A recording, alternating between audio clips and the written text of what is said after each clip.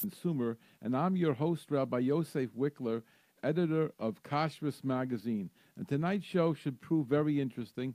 We have two basic topics to take up. One is I still owe you a whole discussion about that cloning of the meats and the pigs and all that stuff that's going on in the world, and hopefully we'll be able to discuss it a little bit later.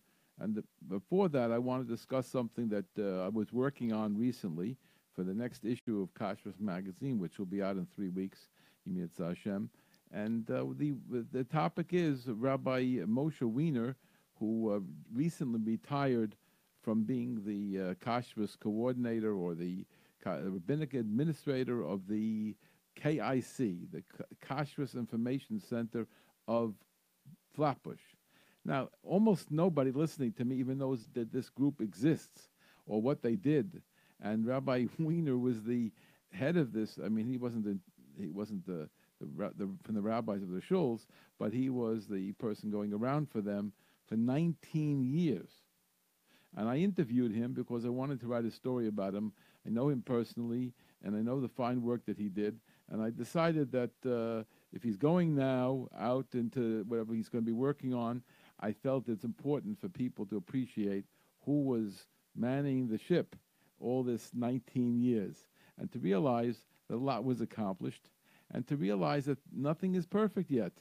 So I thought it was a very interesting interview, and I snuck in as much as I could from the interview in the short space I have in the magazine to be able to discuss, all these things at length. So let me just explain, first of all, what is KIC? Maybe you all know, maybe you don't know. KIC is a group that was set up by the rabbis in our Flatbush community after a terrible incident that occurred some 25 years or more ago, when there was a kiddush in one of the top yeshivas here in Flatbush, and at the kiddush, many dignitaries were there. I say dignitaries, I mean chashuv rabbanim in our community. I don't know what dignitary is. In any event, all these wonderful people were sitting there, and then a waiter leaned over and told one rabbi, "Don't eat the cholent." Well, why not? He asked him. He said, "Because that cholent burnt last night, and one of the goyim went out to the store where this caterer is and had the key, got in, took out some cholent, brought it in, and put it up on Shabbos to finish off cooking for all the people who were here. So, Rabbi, don't eat it." That was the secret message he shared with this well-known rabbi in our community. He was a rabbi of a shul in the neighborhood. So the rabbi told the others, and they were so upset that a man should give the keys to a non-Jew to be able to go in at will into his store, which means the whole kashros of that catering is not just questionable, it's not acceptable, and that there's a hashgacha, and he didn't know about it. The caterer didn't let him on with it to him. And here, this man was able to do this on Shabbos. It's interesting he did it, though. I mean, obviously, you realize that he felt that he was doing something as a favor for the boss, because in actuality, it's not his geschäft. If there's no cholent, there's no cholent. If it's burnt, and so let him eat the crusty cholent. It's happened to us right now sometimes, right? So what's the big deal? But you see, when you're doing a catered fare, it's an absolute busha. And even the waiter or whatever he is, a worker there, he also has that part of that busha. Maybe he put it on wrong. It was his fault. In any event, he doesn't want to leave a bad impression, and he's going to go ahead and Shabbos wasn't matter to him, but that he had the key, and that he had the audacity to go in and take out food from there. He could just as easily put something in there. I mean, it's ridiculous. Absolutely, the total kashrus was compromised. And these rabbis, there was a whole bunch of them over there, they didn't sit well with them. And that was the beginning of creating the KIC, which was to be an organization to report back to the rabbis, to check on all the establishments in our neighborhood, and to report back to the rabbis. And this has been going on for about 25 years, or maybe more. Well, not much more, but something like that. Most of the time, it was Rabbi Wiener. There was a short period of time, it was the three other rabbis. One of them actually is Baruch Steinfeld, who took it over now. So Baruch Steinfeld is back in charge of the KIC. He's going to be going around for them. But still in all, it was a terrible, terrible thing. And they felt they had to create KIC. So in the beginning, it was what we call a mapecha. It was amazing. They went in and they changed and they bought and they this and they, first of all, to get the rishus to go in was a big deal, because why would a hashgacha let you into their establishments? You're going to look over my back? Who are you? And how do I know where you're going to go with all this information? And sometimes, by the way, in the earlier days, they printed up the information and it got out to other people. I mean, people did find those papers that were handed out to rabbis. It's never supposed to be given out to the public, but it got out, and there were certain times they officially gave things out to the public. It was very, very interesting. But one thing is for sure, they were looking over the shoulders of the hashgacha agencies for the last 25 years. Now, that said, did they catch everything? No. Did they catch some things? Yes. I'm going to share with you a few of the things that Rabbi Wiener told me that he saw here in Flatbush. And to me, this was one of the most crucial parts of the interview. I stressed it in the writing of it for the magazine, and I want to let everybody here understand how important these few little words are. The question, can you tell us some of the problems you encountered during inspections over the years?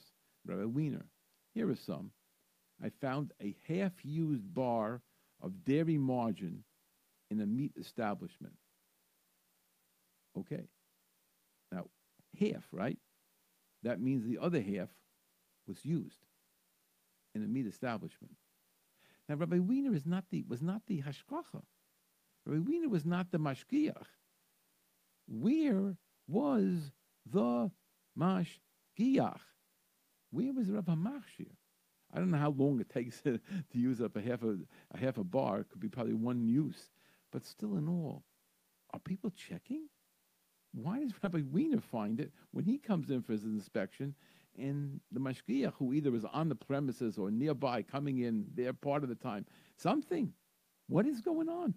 Listen to another one. Tongues that were not deveined. Now that's a good one.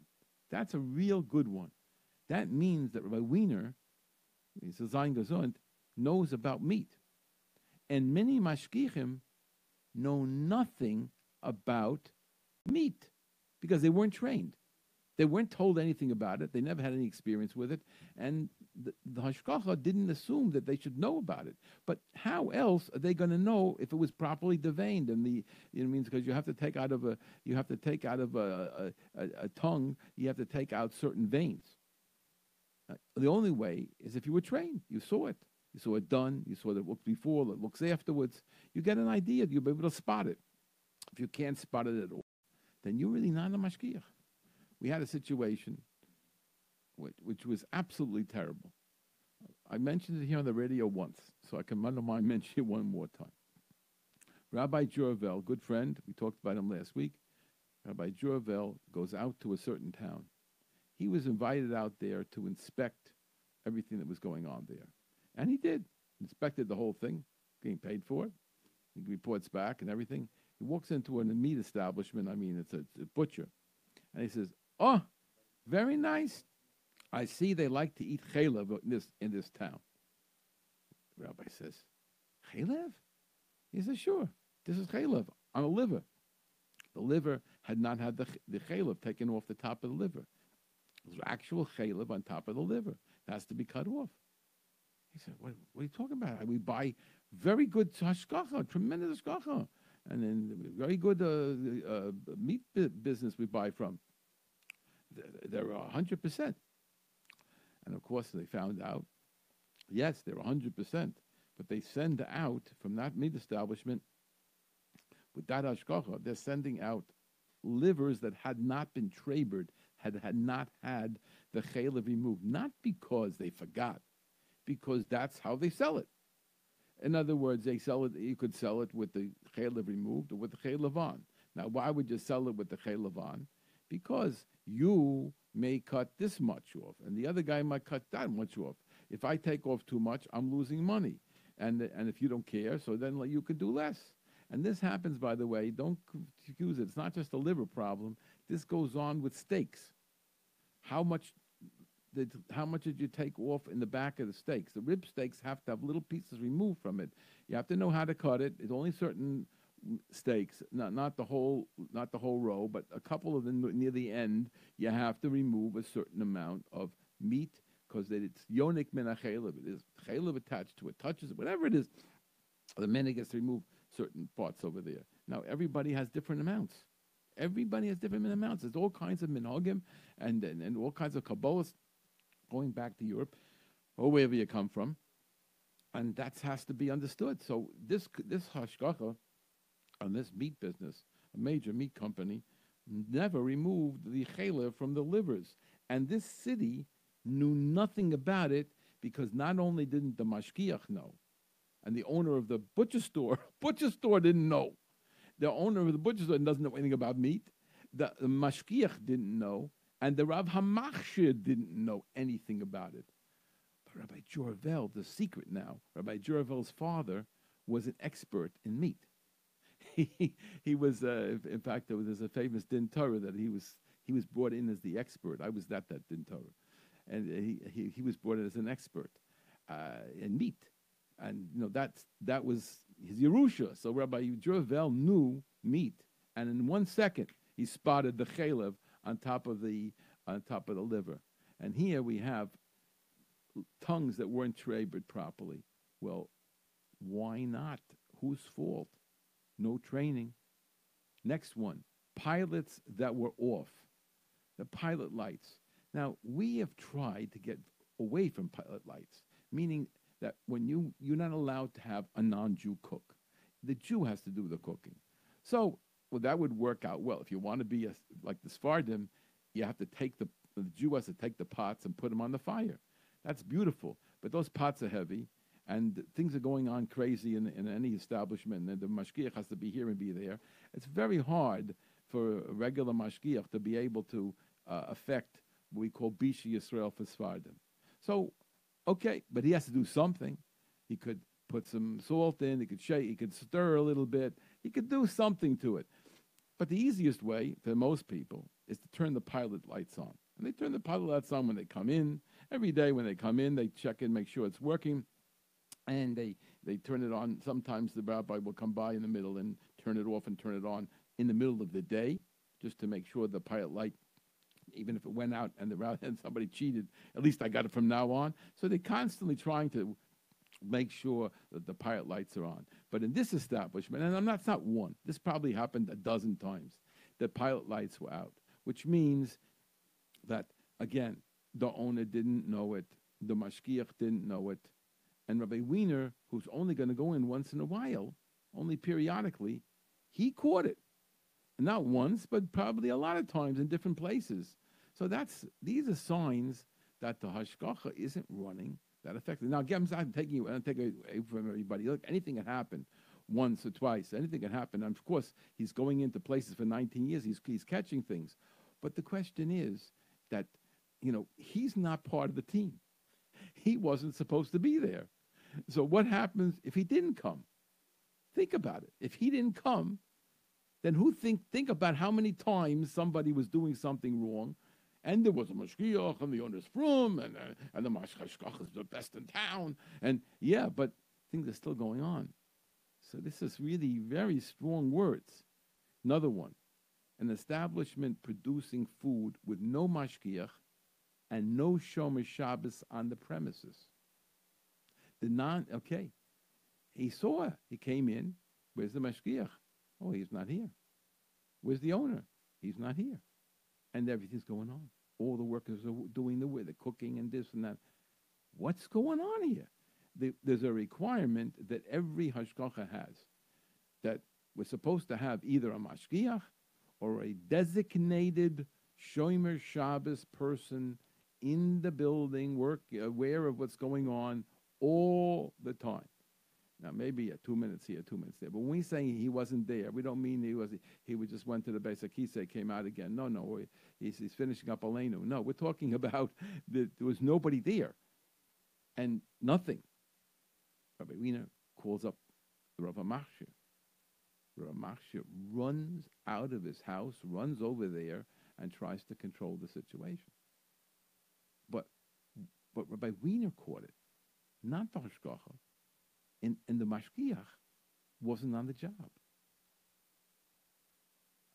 These certainly are red flags.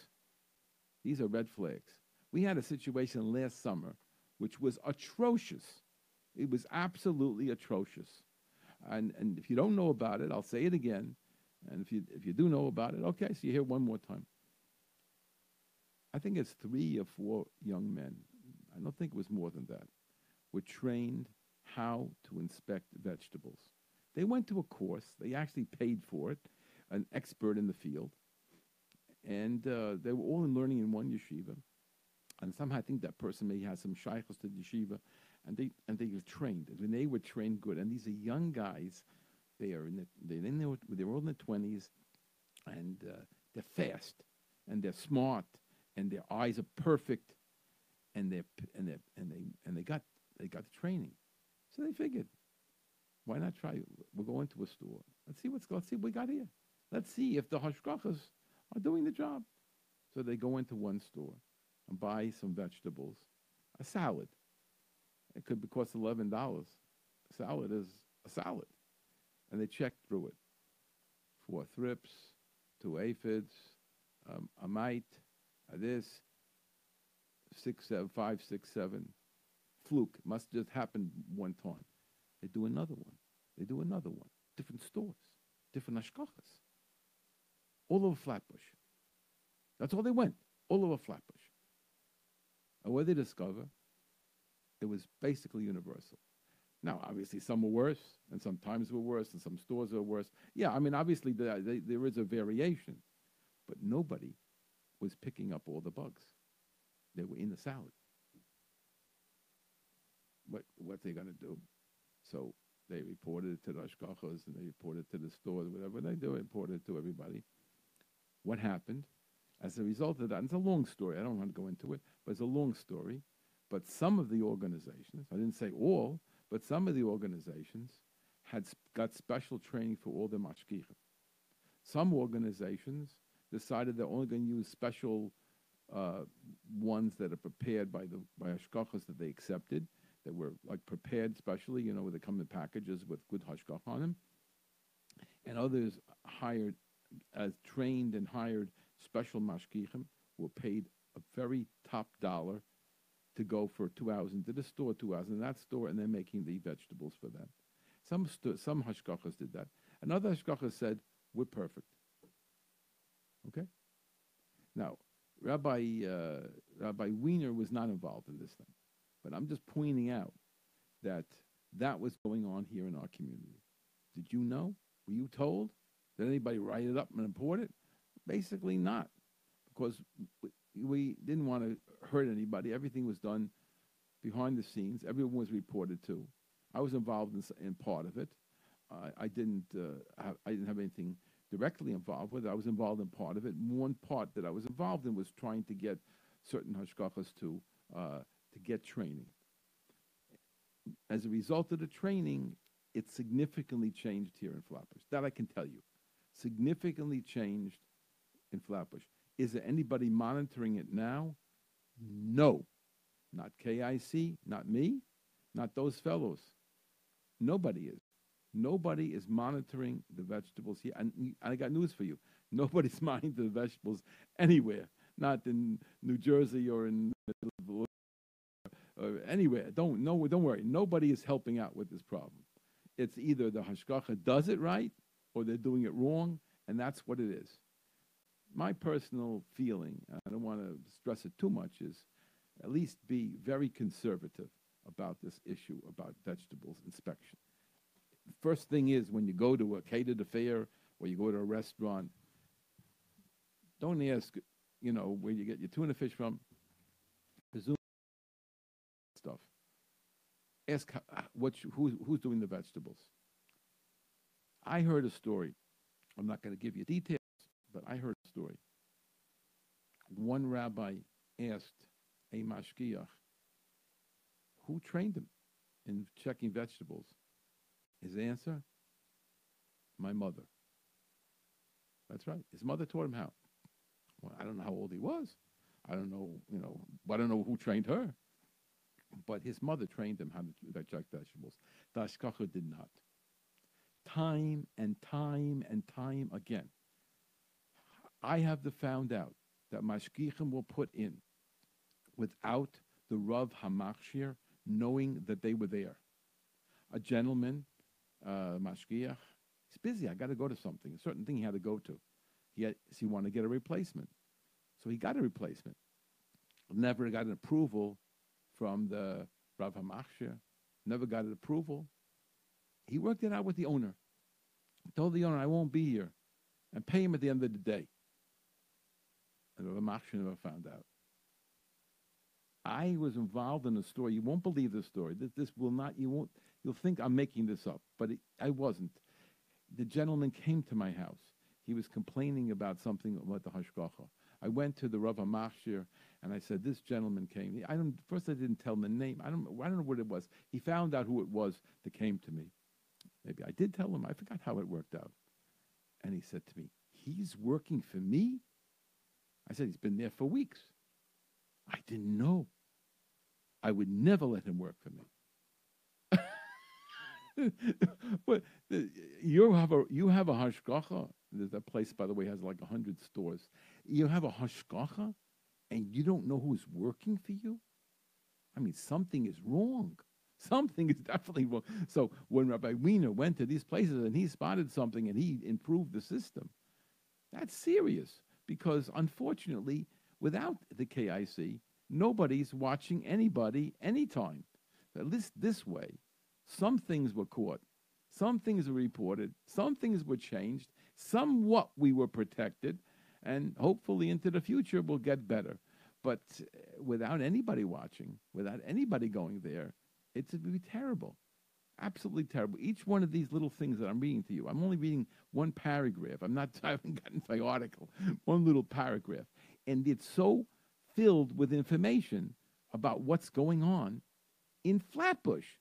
I'm not talking about Kentucky. If you're listening in Kentucky, so I don't know anything about Kentucky. I know Flatbush. Listen to the next part. An establishment, this is Rabbi Wiener, Moshe Wiener, who had been the kashros coordinator or the rabbinic administrator of the KIC here in Flatbush for the last 19 years, just retired. And I'm writing the story up about his life, the experiences that he had. So this is the next one. An establishment, okay, we did that one. Non-Jews in possession of the keys to the establishment. Well, we mentioned that story, but he's finding it. And he's reporting it to the hashgacha, which means the hashgacha did not know that in that establishment the non-Jews have the keys. They did not know. Let me explain to you what it means that the non-Jew has the keys. First of all, I told you the story about the Kiddush. Listen to a story I think I told once before. I was invited to be a Masada Kedushin at a certain wedding. So I said, you have to have a good place. I'm very makpid on the kashros. They said, yeah, we're going to use this place over here. I said, this place? That's one of the few places I would tell you never to go there. So because I know the whole setup over there. So he said, but I want to go there. We gave him $1,000 already deposit. I said, listen, I have a person who's great. And he could be an additional mashgiach. It will cost you $1,100, $1,000, $1,100, or whatever it was, in order to have him say that everything is okay at this affair. In order to do that, he has to come there when they're preparing the food, and he has to make sure that he secures it, that nobody else got into that food and used it, and he secured it. It's wrapped up with tape, whatever he uses, to make sure that that food doesn't move. And then he's got to come back on the day of the affair and make sure that everything runs perfectly. and it's worth about it's over over $1,000, maybe $1,500. He was going to charge 1,100. So I said, if you want him, then I'll be do the wedding. So he said, okay. So he sends this guy down. He comes down with him, and the fellow looks through it. This Rav looks through it. This Rav is Ben Torah, top Ben Torah in the Chashav Yeshiva, and he was giving hashgacha to a certain caterer and knows the business inside out. He comes back and he said, I won't take it. He tells me, tell him I can't take it. Why? Why don't you take it? It's $1,100 or whatever it is. It's real money.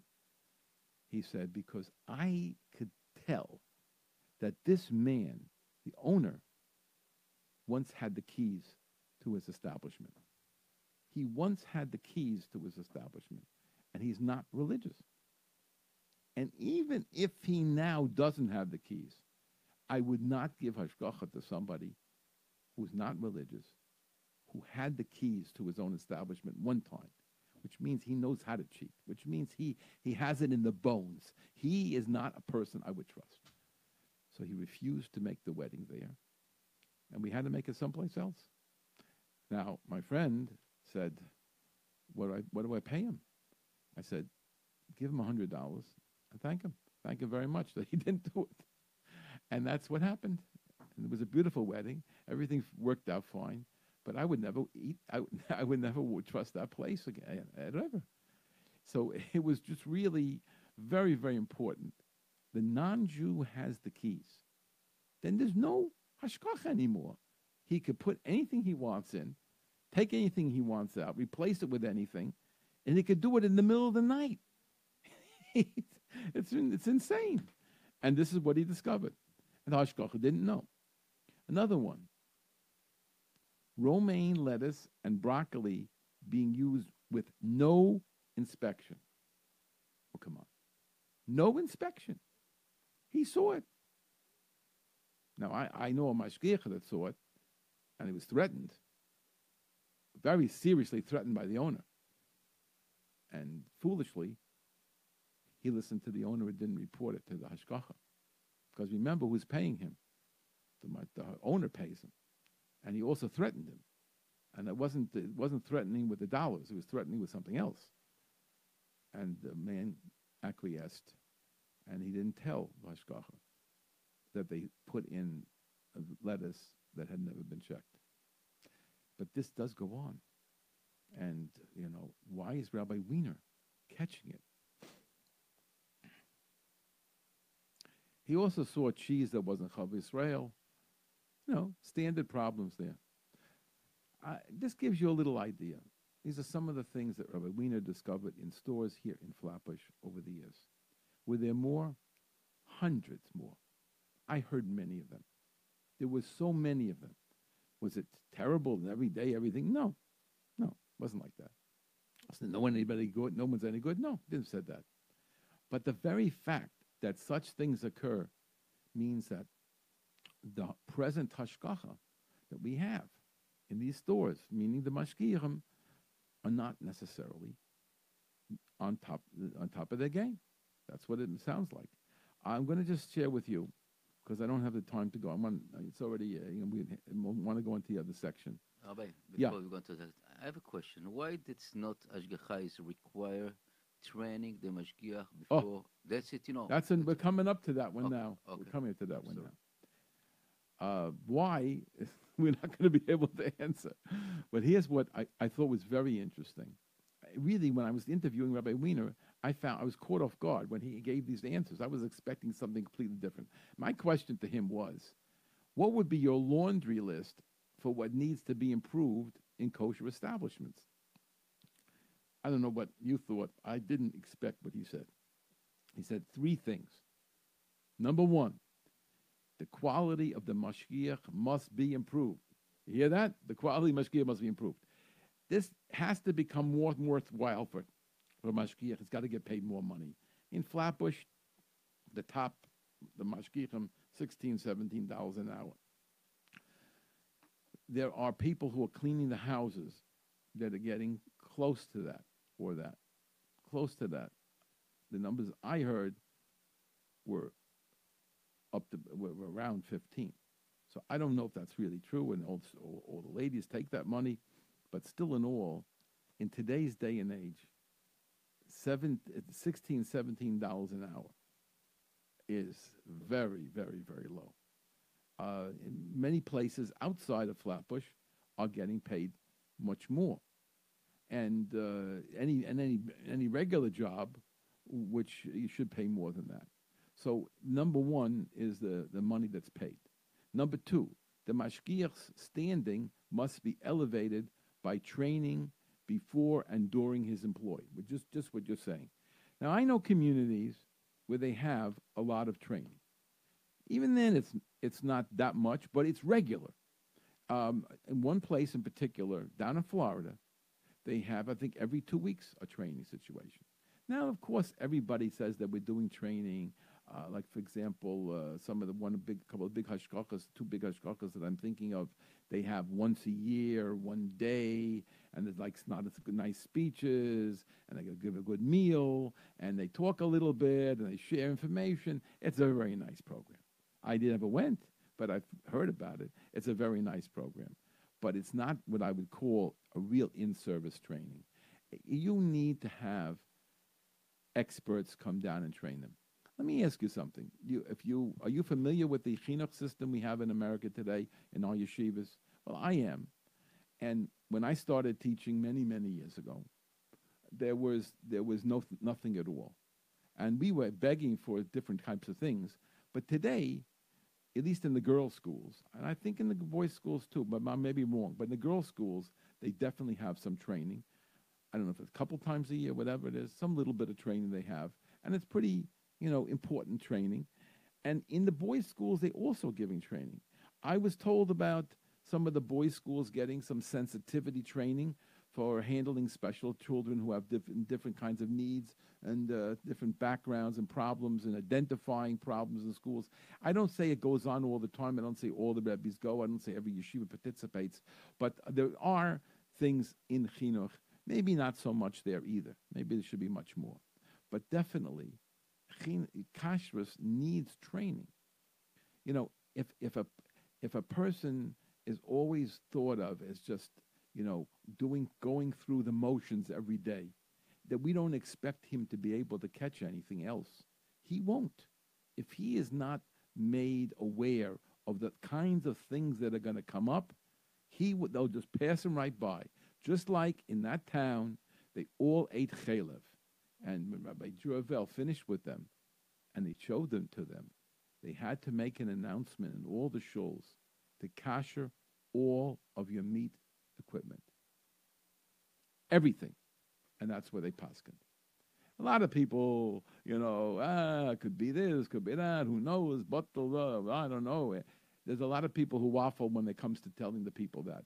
But that town took the hit and said, kasher everything.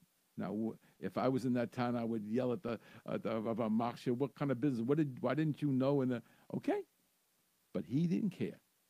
He said, that's what we have to do. He and the rabbis, that's what we have to do.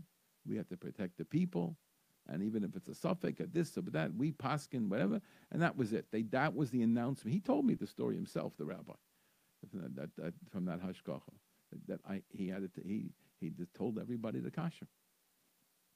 So, we do need qualified mashgichim. So, number one, quality of the mashgiach. Number two, Rabbi Wiener says, respect for mashgichim should always be a priority. Oh, yeah. This is something that everyone in the field must work towards. A mashgiach can only do his job properly if he knows that people are standing behind him, backing him up. This is absolutely crucial. And it's got to do with, it's not just a question of being a nice guy and caring about the mashgiach. If you care about kashrus, you have to care that the mashgiach is being treated well. That means by workers, it means by the owner, it means that the Rav Machshir, has to treat him well. It has to be that he goes home at the end of the day with a half a smile on his face. Because if he goes home absolutely sulking and sad and upset, then he's not going to be very productive the next day. And when you're not thinking about the job in a positive way, a proactive way, things get past you, and he wouldn't even know. I'm convinced of it. Now, number 3, he said, the mashgiach must be paid by the kashros agency, not by the owner. See, Rabbi Wiener sees that as a major thing. He realizes, and I discovered this a few years ago, somebody put me on to it, that probably is the biggest problem we have in kashrus today. That we are being, that all the people, all the mashgiachim are being paid from the owners. Now, there are a few places in the world, in Canada, in Montreal, they're paid by the kashrus organization. In Petach Tikva in Israel, and I think there'll be more in Israel as a result of Petach Tikva. In the city Petach Tikva, all of the rabbinic, all the rabbinates, hashgachas, over 300, maybe it's more than 300, but at least I remember the number 300. So it was quite a bit. All of them are now paid by the hashgacha, by the rabbinate, not by the owners. It's a change. It just went into effect a few months ago, and not even a few months ago, less than a few months, about a month and a half or something, a month. And that's definitely something that should be copied by everybody. Will it happen quickly? No. But it should be a goal. It should be a goal. And I don't think it has to be across the board with one shot. See, in Petach Tikva, there was a lot of antagonism against the rabbinate, and they did this to get everybody on board. So I understand that they did it all at one shot, and it was a big, big undertaking. But I think if people could go for it a little slower, it could be something that could be done in pieces, and then eventually you go on to it and say, that's our new rule, and you have to follow. Now, what they did in Petach Tikva was amazing. They didn't go ahead and say, the rabbinate's going to pay you. They got a manpower organization that hires people and gives people out. So the mashgichim were actually employees of the manpower organization, and the manpower organization had the contracts with the different establishments, so that actually they weren't being paid by the rabbinate, and they weren't being paid by the owner. They're being paid by a middleman. I don't know how much dollars they lose on that, but it's a very clean system. Because the rabbinate gets involved in paying out money, you could imagine you can get into a lot of problems, especially if the money isn't being collected well. And these manpower places, they know how to do it, and they know how to do it, and they know how to work with the workers. It's a good system. It's like a union, but I think it's much more. A manpower company probably works much closer with the workers, because they're working for him. They're not just in a group like the unions are. So I think it's a very effective system. Hopefully, we'll see that it does work, and hopefully it'll be copied at least in part or somehow in this country. But right now, these were the 3 suggestions that Rabbi Wiener had for us. The quality of the mashgiach must be improved. Respect for the mashgiachim should always be a priority, and the mashgiach must be paid by the kashrus agency, not the owner. So that concludes a little peek at it. I had a lot of other things from what Rabbi Wiener's time I wanted to talk about, but I'm not going to do it now. One of the interesting things that came out from all his work were proposals and resolutions for the control of meat, because there was a scandal that happened in Flatbush a number of years ago. I'm not even going to mention any details. And we know there was a scandal in Muncie, and every once in a while there's another scandal. And meat seems to be a major problem, the flow of meat, from its shrita all the way to us middlemen. It's a big problem. It's been a problem for years, almost for 40 years I've seen this going on. So it's really an issue. And they sat down in Flatbush, 64 rabbis, and they came up with proposals and resolutions. The number is 8 of them. Are they being done? Not to my knowledge. So that's a little bit, gives you a little glimpse, behind the scenes because we really weren't privy all these years to what Rabbi Wiener was working on, and I thought that would be something that Flatbush, we certainly should appreciate it, what I did there, and even if you're not in Flatbush, you can appreciate the concept. And I only have 17 minutes, so I don't really have time to do all of what I wanted, but I'll take a little piece of it. Maybe I'll do it some other time, and I can't tell you for sure. But I came across some amazing material in trying to study this thing about the pigs. Now, what the whole thing about the pigs is very simple. There's a rabbi in Israel. He a member of Tzohar organization, which is their religious Zionistic rabbis who are trying to present a new program in Israel. They're challenging the rabbinate on who gives hashgacha. They challenge the rabbinate on who's allowed to give, who's allowed to marry people. They married thousands of people outside the rabbinate's control, and they have dozens of restaurants that are outside the rabbinate's control. So they're trying to offer an alternative to the rabbinate, which is a very unique idea. And this rabbi, his name is Churlau, and he said that cloned pig is kosher. Now, there's a little misunderstanding because a clone is not, the word cloning pig is probably not the way it should be. It doesn't mean this. He probably was talking about making it in, taking the cells and growing the cells that they're talking about now.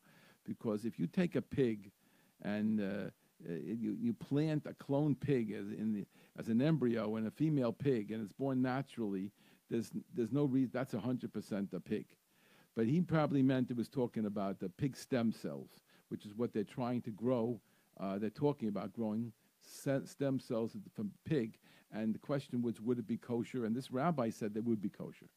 Now, everybody disagrees with that, or at least most people I know disagree with that. And the problem is that this is something that you should know already, that the news, that means all the news media, as soon as this rabbi in Israel, an Orthodox rabbi, said cloned pigs are kosher, and even parva, he said. So once he said that, every single possible media picked it up, because that's man bites dog, or in this case, man bites pig. So everybody ran after this story. You'll find it in the New York Post and over here, all the news media, the agencies that put out the news agencies, everybody grabbed the story and ran with it. And I looked today, I wanted to see who were the responses against it, who was saying they disagree with it. I could not find any press story giving the other side. It's amazing. You could not find, coming from a telegraphic agency, you cannot find one other opinion presented. Because when they heard this, the non-religious Jews that ate pigs say, no, they always knew the rabbis wanted a pig. Now they're going to join us. And this one says, yeah, he's going to eat this kind of funny pig that's made in a lab. I eat the real thing. And it's the same, we're the same as the other people. So now they're all making fun, and that was exactly why all the media picked it up. That's man bites dog or pig, whatever. Man does differently than expected. And that story, you can't believe it went viral everywhere you can imagine. It's been printed. But nobody has given the other side. So there are articles, but they're not printed. They're all on websites and, good people and, from neighborhood they put out a story, but nothing that hit the fan, nothing out there. Why? Because they don't want to hear it. They don't want to hear the other side. It's just too plain. Oh, it's not kosher? Didn't realize it. That they don't want to go there. They want to hear it's kosher. Pig is kosher. So I'll just give you a few points because we have a very limited time. One of them is Rabbi J. David Bleich, who I like very much. He wrote an article in 2013 on the subject. And Rabbi Reisman wrote an article a journal called Techumen in 2014. And Rabbi Yaakov Ariel also wrote on this. He has an article, and Rabbi Spitz wrote a similar thing also. And there's an article published in Hakira. It's really spelled Hakira. It's a wonderful little publication.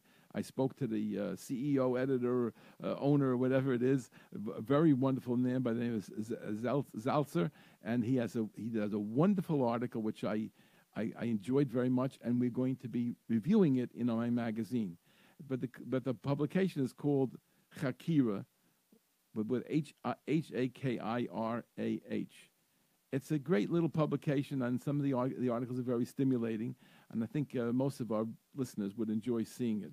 I haven't had a chance to look through many volumes yet. There are a number of volumes that you can get easily, and you can see them all. They're all available on the internet free to see them. And the printing, there's something else, but it's very, very, very cheap publication if you want to buy any of them. Anyway, he has we'll get to that hopefully a little later. You know what? Let me tell you what it says because the time is going out. That story is interesting. This fellow, he and his wife, Rabbi Hoffman, had a wonderful piece on it.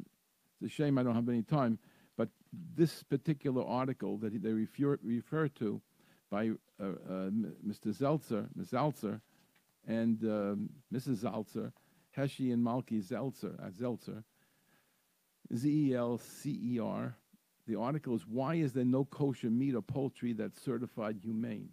It's an interesting article. It ties into this topic, but I'll just give you the punchline because we don't have much time. So, he asked, why don't we have certified humane meat or poultry? It's a very simple answer. He gives the answer himself. He said, because there are certifying agencies that certify the meat was done humanely.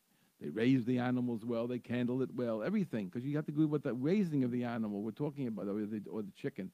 We're talking about how he was treated as a baby. We're talking about how the veal was treated. Rav Moshe's a tshuva on it. It's a big problem, right? So they want to produce something humane, but you need these certifying organizations. And here's the problem: all the certifying organizations that would call it humane require stunning, and halacha does not allow stunning. So therefore, we cannot have a certified humane meat and chicken unless our kashros agencies or a separate organization sets it up. And that's what my goal is, to try to see if we can tweak, if we can get that thing moving, because it would be a big kiddush Hashem if the world would see that we do care about Tzar Bali Chayim. In fact, we're the only ones who really care about Tzar Bali Chayim. Nobody else does. The people who don't eat meat at all, they're not caring about Tzar Bali Chayim. They don't eat meat. And maybe even if they don't eat it, because it's Tzar Bali Chayim. But that's a no-brainer, because they don't eat the meat. They can always say, "Don't touch the animal." But I eat meat, and I'm going to do it humanely. That's a chap. That's important. So I think if they'll see that the Orthodox people are taking the whole thing about the treating of the animals and the birds seriously, I think it would be an unbelievable kiddush Hashem, and will lead many people back to Yiddishkeit. That's my personal feeling, that it would be a big chesed to the conservative and reform movement to see how we're treating the most humane, more concerned about humane than anybody else. I think that's sort of a goal that I have now. Anyway, back to the cloned pigs. So the problem is basically as follows. Some want to say, well, it's microscopic, right? Microscopic. It's when it starts out as a cell, you can't see it. But the Rabbi Bleich, and Rabbi Ariel point out that it's not a regular microscopic issue because you manipulate it. It comes from a large animal, and it's going to grow into a visible item. This is not your regular microscopic thing that functions microscopically. This is something that right now I can't see it, but it came from something big. It still retains something from the big one, and it also is going to become big again. So it's not the same as saying that's totally microscopic. That's not its life as microscopic. It's going to go up again. So that's a question. And another one is another one of the problems is davar hamaimed. it seems that a, a davar maimed is something that makes something else work. The original pig stem cell serves to support the meat that grows. It is the catalyst for the entire process. Why can't we? Why are we so worried about gelatin in ice cream? It's bottle. Probably very little there. But even if it is bottle, it makes the ice cream. The problem is that the gelatin is a coagulator. Gelatin, jello, and ice cream and anything, it gives that body and that strength to it. The pig, the pig cell is considered to be a what we call a maimed, causing the other thing, like the enzymes in the cheese. The enzyme in the cheese are very small. The rennet in the cheese is tiny, tiny, tiny. Yeah, but if you're maimed, if you make something because you used rennet or gelatin or the pig cell, then that is considered to be a maimed. And even if there's 60 against it, 1,000 against it, 1,500, a million against it, it doesn't matter. It's never bottle because it was needed to make the product. The special halacha called maimed. There's another part of this whole thing which is also very strong opposition to this heter of the pig. And that is that the pig cell is taken from a live animal. We do not have today any way to take the cells out from a dead animal. It has to be from a live animal. And it's forbidden for Jew and non-Jew to eat Eva Menachai, to eat from a living being. It's a no-hide commandment. Okay, but the animal died already. But the animals, whatever it is, there's still a question about whether we could ever use this. And for us, we can't use it. So it's called Yotzei Menachai. Something that comes from a living being is 100% forbidden to us.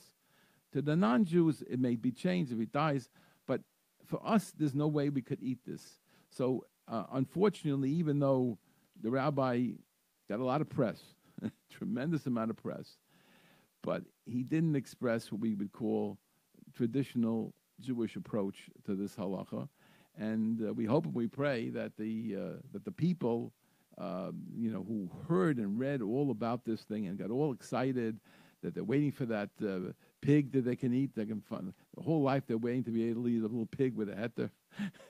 When now at least that they should see that it's that there's no way at all, and hopefully it wasn't too much damage. But unfortunately, as I said, the press, the big press, the international press, the telegraphic agencies did not pick it up. They're not going to pick up what I'm saying today. They're going to pick up the articles that I read. They're not going to pick up anything at all. They were happy that they got one rabbi in Israel who was in opposition to the rabbinate of Israel to go ahead and say pig is going to be kosher if it's cloned, and they're happy with that statement, and that's going to remain with them forever. They're not going to listen to anything that we have to say. And not only that, but he also went into whether it's parva or not. He said it's parva too. So that's a whole discussion. I'm not going to get into it tonight because there's no time for it. The question about whether gelatin is parva, what this cell, is it going to have a status that will be parva? Now, you should know that Rabbi Ganak from the OU has been quoted, I can't tell you how many times, about the question of laboratory meat. And Rabbi Ganak said, yes, we'll call it kosher. We might call it parva, but it's got to be with a whole set of things. It's got to be from a kosher animal. It's got to be slaughtered. We can't have any blood problems. And blood is a major problem because when you take if you will apply salt to these stem cells, you'll kill it. So I don't know if they're going to be able to find a way to do it properly in a laboratory. Yes, they did. They made the meat already. They had the burgers that were very expensive. The first one was $375,000 to make. It was one little burger, and they had one person from the media, one lady eating it and describing it to the rest of the world. They got it down to about $11 a burger now, if you want but it's not. We don't have a kosher one. but if they did a kosher one, it's in principle we can imagine a kosher one. But you can't start with a pig, you can't start with a live animal, you can't start with changing the halacha. It just doesn't work. Anyway, this is we're almost at the end. Let me just tell you who this you've been listening to Rabbi Yosef Wickler, editor of Kashros magazine. And if you have a question or you'd like to get the subscription to Kashros magazine, you'd like to see the full article about Rabbi Weiner in the magazine, you'd like to find out more about any of the things we've been discussing on these shows, and you can just do that by calling us at 718-336-8544, or you can email us at kashrus, KASHRUS, at AOL.com. The number again, 718-336-8544. You know, there's a wealth of material that we put out, and it's in demand by the people who understand it. You have to be a certain type of person who appreciates this and wants to know.